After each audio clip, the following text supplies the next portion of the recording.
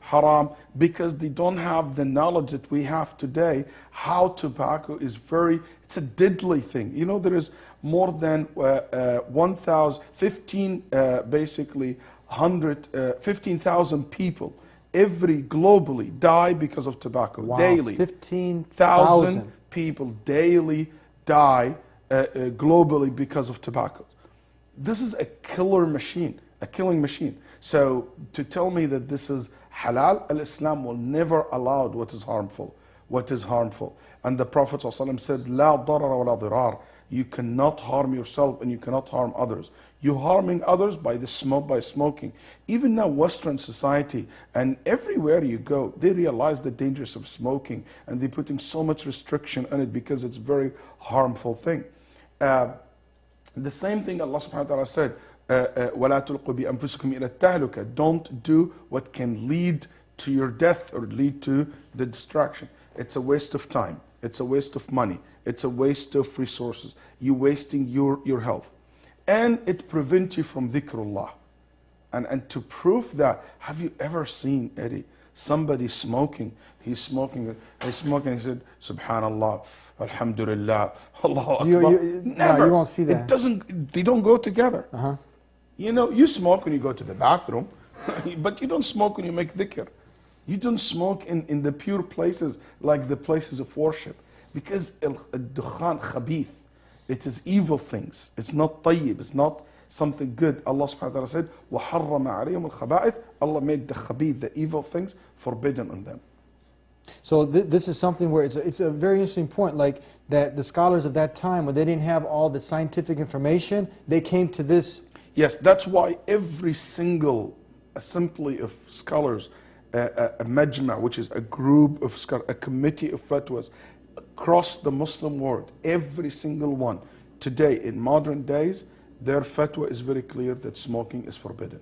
Now, and another key point here is, like, if you do see like your imam doing some haram or doing something, that's a human being, he can make mistakes. Absolutely. So we don't follow them blindly? Absolutely. This is very important? Yes. Yeah. Absolutely. You mentioned a story once, and I love when you tell these stories, and it was about someone who was at the Kaaba, and he asked the sheikh something about wanting him or making dua to help him quit. But the moral was that if you don't have the sincere intention, then Allah's not going to help you. Can you share the story with us? Absolutely. He was saying once, one of my friends, he was shooting in episodes like this, but in Mecca. Yeah. So the cameraman is very heavy smoker. So basically, he went outside to smoke, and the sheikh told him, my friend told him, why don't you quit smoking? He said, pray for me, sheikh. He said, okay, come on.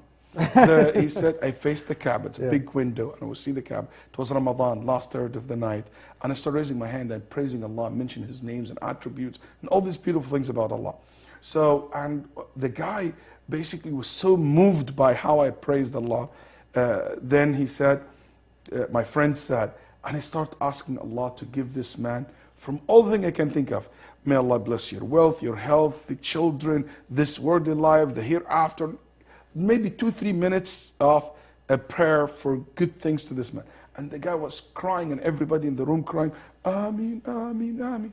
Then he said in the end, I said, oh Allah, don't give him anything from what I asked today until he quit smoking. Got him right there now. The moment I said this, the guy said, Ameen, Ameen. When I said this, he stopped, like, what? You know why he stopped? He never say Ameen. He didn't say it. Why? Because deep in his heart, he was not ready to quit smoking. Wow. And sometimes he said, oh, pray for me, blah, blah, blah. But you know what? You're not really ready to quit. You're not really ready to quit smoking. And if you're really ready to quit smoking, you will make that decision and you will commit to it. I have a friend of mine who come to my congregation in Houston. One day he told me, Sheikh, pray for me. I said, I'll pray for you. But my prayer is not enough.